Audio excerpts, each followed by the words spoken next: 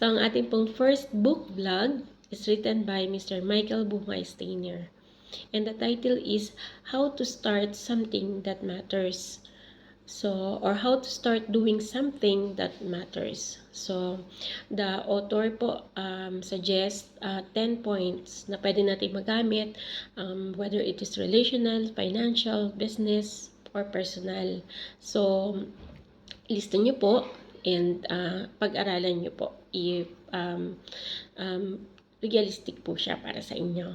So, start po tayo by point number 1, start working on your goals, sabi ng author. So, kapag napag-aralan nyo na, naisulat nyo na, naplano nyo na, and tingin nyo maganda, magiging benefits para sa inyo, beneficial siya dapat. Start working on it po. Nagkaroon kayo ng timetable, kailan ko ito umpisahan, and kailan talaga siya appropriate. Okay? So, next point is start small. So, kung business mo yan, start with the 25%. So, para may backup uli kayong another 25%. And kung magiging okay siya, then you can go ahead na gamitin yung fund. Pero mas maganda po sa pagbi-business is i-diversify nyo siya para if ever mag-work man yung plano nyo, may backup pa. Meron pang, sabi nga, don't put your eggs in just one nest. So, kung savings man siya, small lang muna. Huwag ka agad malaki. Kung may target kayong amount, is be realistic din kung kakayanin po ng budget. And then, don't be afraid to fail. Ito yung pangatlong point. So, ibig sabihin, huwag matatakot kung magkamali man, is you need to accept it po. You need to forgive yourself and learn from that mistake. And next is number 4, find a mentor. So, kung meron pong magka-guide sa inyo na dumaan po sa ganun din pong plano and nakita niyo pong successful, mas maganda po kasi may tinitignan po kayong example.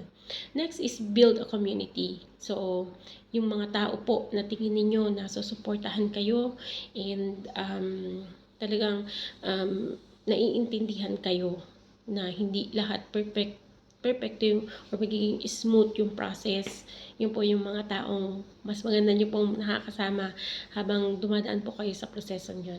Or sa nagpaplano kayo o ginagawa ninyo yung goal nyo na yun. Then, next, pang-anim is celebrate your successes. Small man yan, you need to i-appreciate niyo, i-celebrate niyo na okay yung mga nagiging flow niya and you need to i-appreciate niyo siya. Then next is pang-7, don't be afraid to pivot. Pivot is like yung umiikot, yung parang halimbawa yung katulad ng shoulder natin, papivot siya. So, umiikot siya. So, ibig sabihin, magre-reroute kayo. If ever hindi nag-workout yung number 1 ninyo plan, then punta kayo sa plan B. Nandun pa rin, same goal pa rin po yung ginagawa ninyo. Ginagawa niyo siya para on the same goal. Next is keep going. Tuloy-tuloy lang po. Kasi diba yung mga athlete nga, bago sila sumali sa mga competition, talagang yung training nila tuloy-tuloy lang.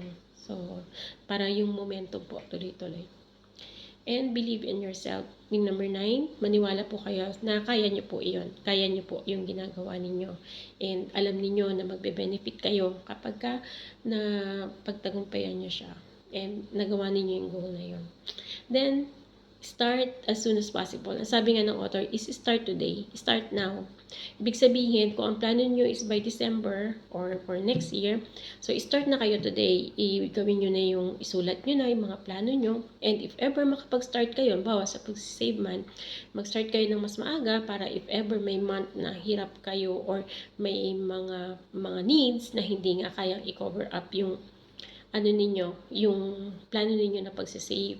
At least meron kayong may nai-advance na i-save sa ngayon na okay yung sitwasyon ninyo. So, I think then in advance, but anyway, kayo pa rin naman ang magbe-benefits nun. So, yung kompletong details po nito, kung gusto niya pa pong mapakinggan yung mas kumpleto po na explanation niya and mas may expound natin siya, you can follow the link na ilalagay ko po dito. Thank you po.